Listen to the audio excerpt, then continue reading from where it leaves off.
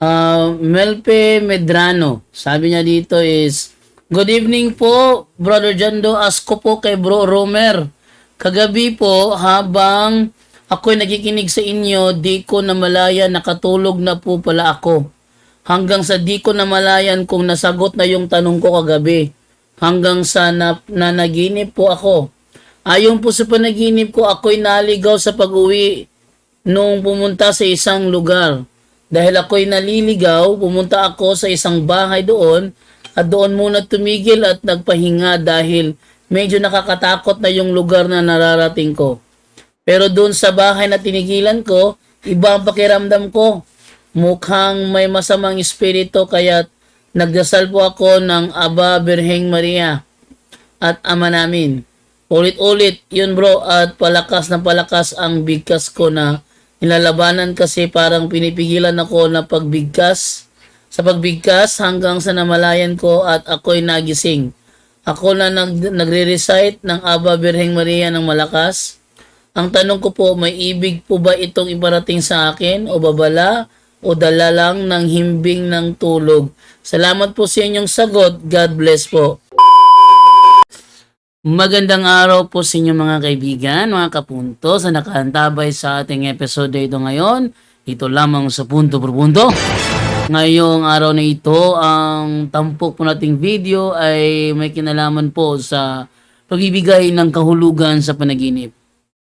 Marami sa mga Pilipino ang nag-i-interpret sa panaginip at yung iba naman, di naman nag-i-interpret is pilit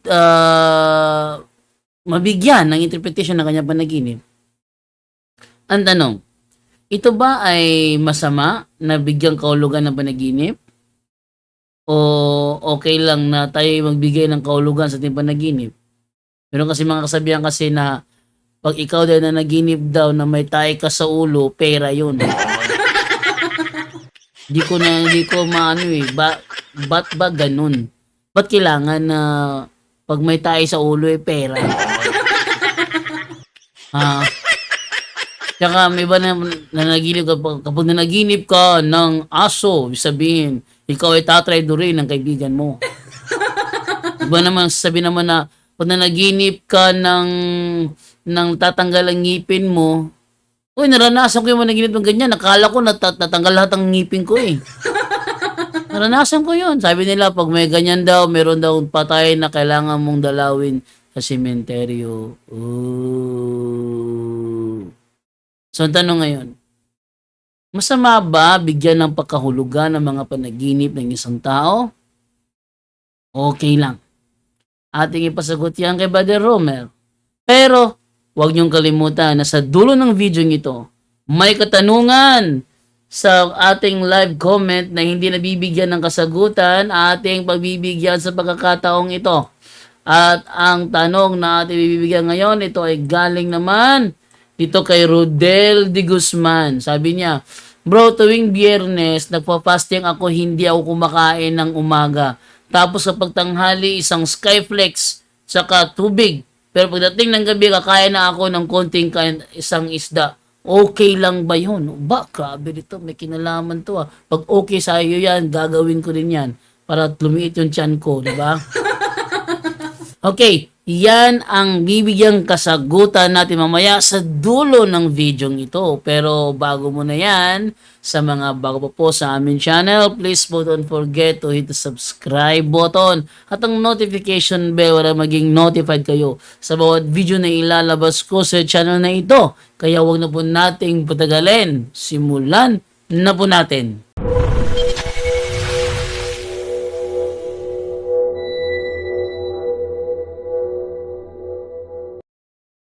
Brother Romer.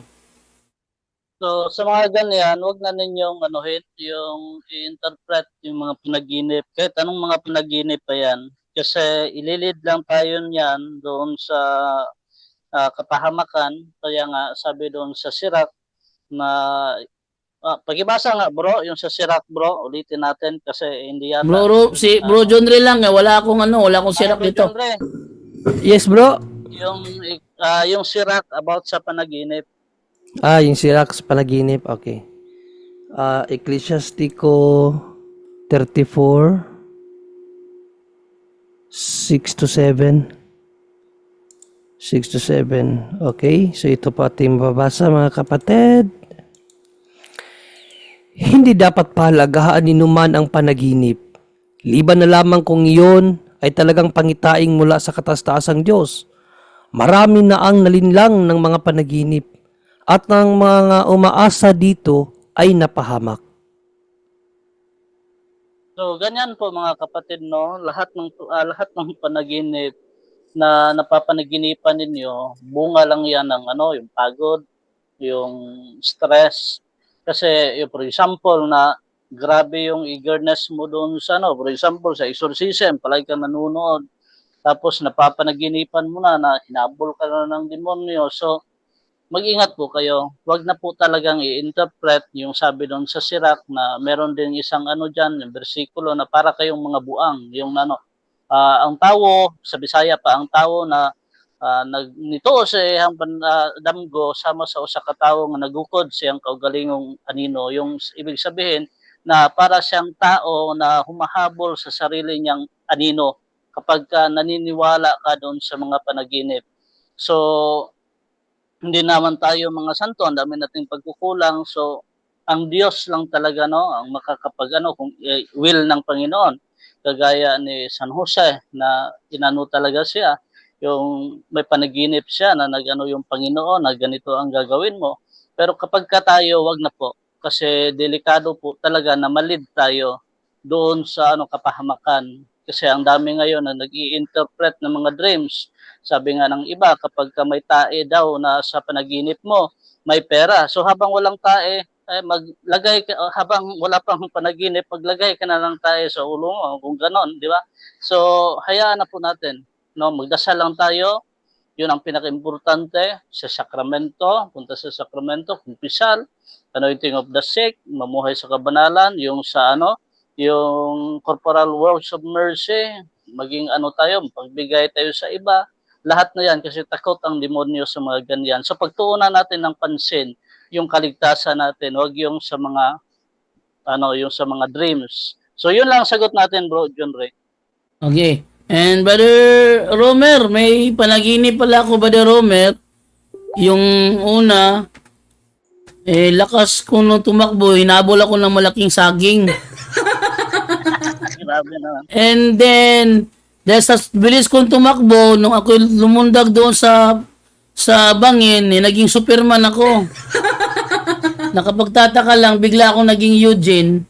At nasa ilalim ng dagat, ginamit ko yung Kami-Hami Wave! Naging Sangoku ka na. Ano ibig sabihin ng Brother Romer? Pahinga ka ng pahinga ka ng maigi para gumanda yung takbo ng panaginip mo. Kasi ang gulo. Nanonood yata ka ng cartoons, bro.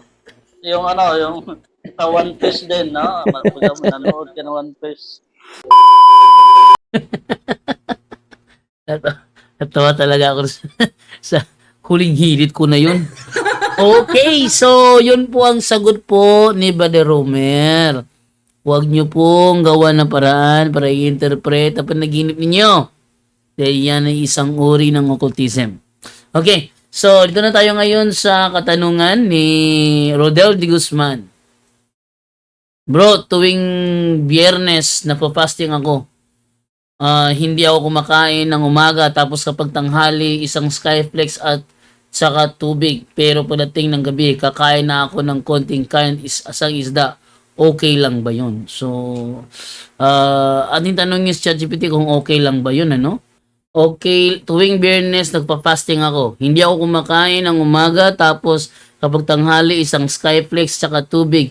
Pero pagdating ng gabi kakain na ako ng konting kanin at isang isda. Okay lang ba yun? Na ito ang sagot. Oo, okay lang yan sa pangkalahatan. Lalo na kung ang layunin mo ay penitensya o pag-aayuno para sa pananampalataya. Basta wala kang kondisyon sa kalusugan na pwede maapektuhan. Halimbawa, wala ka bang ulcer? O, yun. Pag mayroong ulcer ka, di maganda yan kasi malamang magka-problema ka dyan. Diabetes, low blood pressure, o kaya anemia. Pero may ilang bagay na dapat mong isaalang-alang. Una, kalusugan. Kung malusog ka at wala kang iniinom na maintenance o meds na nangangailangan ng regular na pagkain, ligtas naman ang ginagawa mo. Kasi sabihin kapag meron kang maintenance, is hindi siya ligtas, no? Umiinom ng sapat na tubig sa buong araw para hindi ka ma-dehydrate. At pumili ng nutritious na pagkain sa gabi para makabawi sa kulang na enerhiya sa maghapon. Gulay, protina at kaunting complex carbs. Okay. Pananampalataya. Ang Catholic fasting ayon sa canon law, halimbawa sa Ash Wednesday sa Good Friday, ay karaniwang isang full meal plus 2 light meals na hindi kasing dami ng full meal. Ang ginagawa mo ay mas higit kaysa sa minimum requirement. Kaya okay lang ito bilang personal na disiplina. Tandaan, mas mahalaga pa rin ang panalangin at gawa ng kabutihan kasabay ng fasting para hindi lang siya maging diet kundi tunay na penitensya. Pangatlo, pagsusuri ng katawan. Obserbahan kung nagkakaroon ka ng sintomas gaya ng panghihina, pagkahilo, sobrang pagod o pananakit ng sikmura. Kung mapapansin mo bumabagsak ang timbang o resistensya mo, baka kailangan mong ayusin ng kaunti. Halimbawa, magdagdag ng protina o prutas sa tanghali. Okay? So, napakaganda ng kasagutan ni ChatGPT sa iyong magandang katanungan. Nawa iyong naintindihan at naunawaan, Rodel de Guzman. Ito po si John Doa Labado, nasasabi po sa inyo, magandang araw po and bye-bye.